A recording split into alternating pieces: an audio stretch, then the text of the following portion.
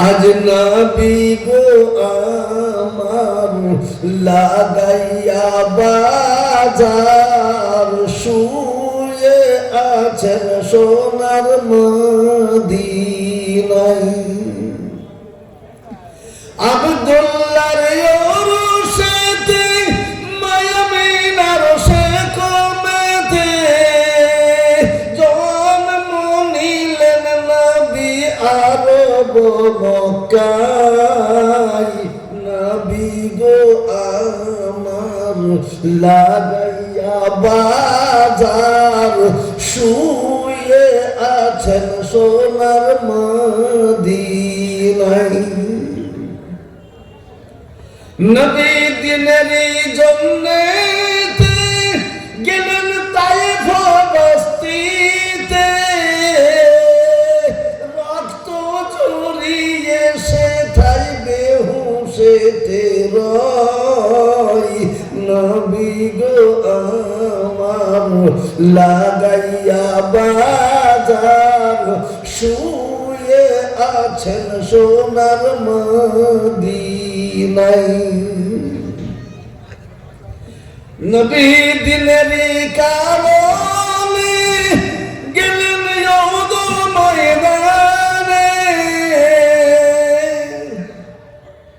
নবী দিনেরই কারণে গেলেন ইহুদ ময়দানে দান দান মুবারক শহীদ করাই নবী গো আমার লাগাইয়া বাজার শুয়ে আছেন সোনার মদিনায় সেই নবীর নামেতে দরুদ পড়িলে সেই নবীর নামেতে দরুদ পড়িলে হাবিয়া দোজখ নিভে যায় নবী গো আমার লাগাইয়া বাজার শুয়ে আছেন সোনার মদিনায়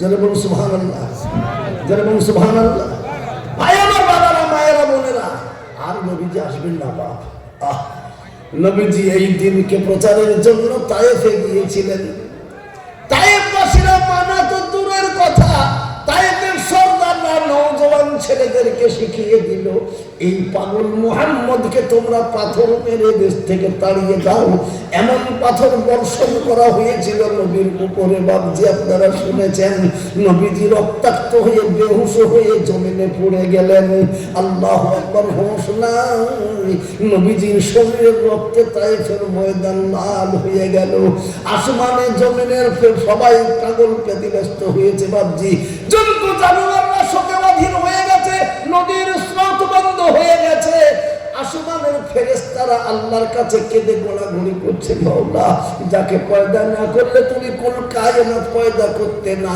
যিনি রাহমাতাল লিল আলামিন আর তাকে তায়েফের বিয়াদবরা মেরে ধরাশায়ী করে দিয়েছে ওগো পরওয়ারদিগারে আলাম একটিবার হুকুম দাও আমরা তায়েফকে বরবাদ করে আসি আল্লাহ বললেন ও আমার ফেরেশতারা তোমরা যাও যাও আমার দোস্তের কাছে তা আমার দোস্তকে কষ্ট তারা দিয়েছে তার কাছে অনুমতি নাও তিনি যদি অনুমতি দিয়ে দেয় তো তায়েফকে বরবাদ করে দাও যেমন সুবহানাল্লাহ ছুটে চলে এলেন নবীর কাছে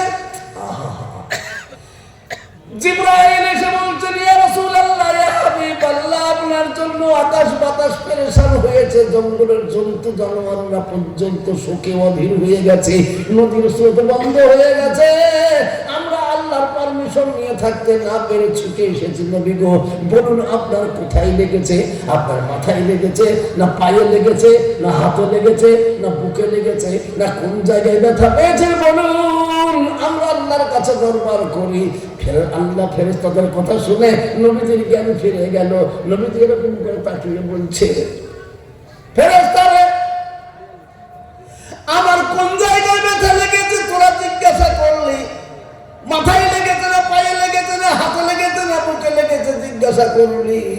ফেরেশতারা একবারও কেন জিজ্ঞাসা করলি না আমার পাপী তাপী গুনাহগার উম্মতরা কি অবস্থায় আছে?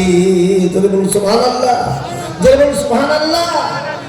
এত মার খেয়েও একবারও নিজের কি হয়েছে চিন্তা নাই, বিবিদের কথা চিন্তা নাই, বেটিদের কথা চিন্তা নাই, আত্মীয়র কথা চিন্তা নাই, চিন্তা শুধু উম্মতের কি হাল হবে, উম্মতরা কি অবস্থায় আছে। সেই দরদি নবী আমার কিয়ামতের দিন,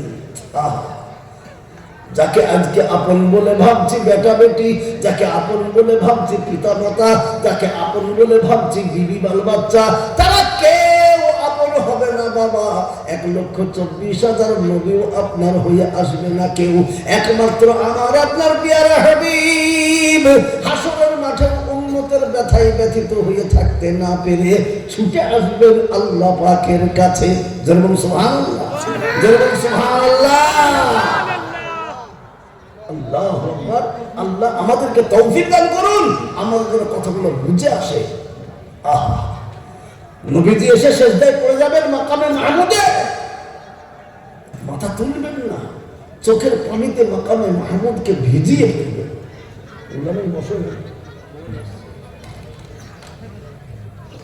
আল্লাহ পাক বলছেন দোস্ত আমি তোমার সব সহ্য করতে পারি, কিন্তু চোখের পানি আমার সহে না দোস্ত। কিসের জন্য কান্না করছো বলো? তখন হইবে নেদা হতে সুবহান,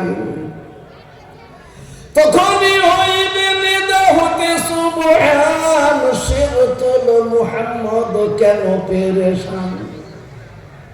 যা চাহিবে তা পাইবে নিকটে আমার, তুমি তো হাবিবি মোর নাই কেহ আর। দোস্ত তুমি কি চাও আমার কাছে বলো, তোমার চোখের পানি আমি সইতে পারছি না, বলো বলো তুমি কি চাও। বলবেন ওগো আল্লাহ আমার পাপী তাপী গুনাহগার উম্মতদেরকে জান্নাতের ফয়সালা না করা পর্যন্ত আমার মাথা উঠবে না। জোরে বলুন সুবহানাল্লাহ, জোরে সুবহানাল্লাহ, আরো জোরে একবার বলা যাবে না সুবহানাল্লাহ। আল্লাহু আকবার। কত বড়দিন নবী। আল্লাহ পাক তখন হুকুম দেবেন যাও, এখানে আদম আলাইহিস সালাম থেকে ঈসা আলাইহিস সালাম পর্যন্ত 1,24,000 মতান্তরে 2,24,000 নবীদের উম্মত আছে। তোমার উম্মত কারা তাদেরকে বাছাই করে নিয়ে তুমি জান্নাতে চলে যাও। সুবহানাল্লাহ, চলে বলে আলহামদুলিল্লাহ।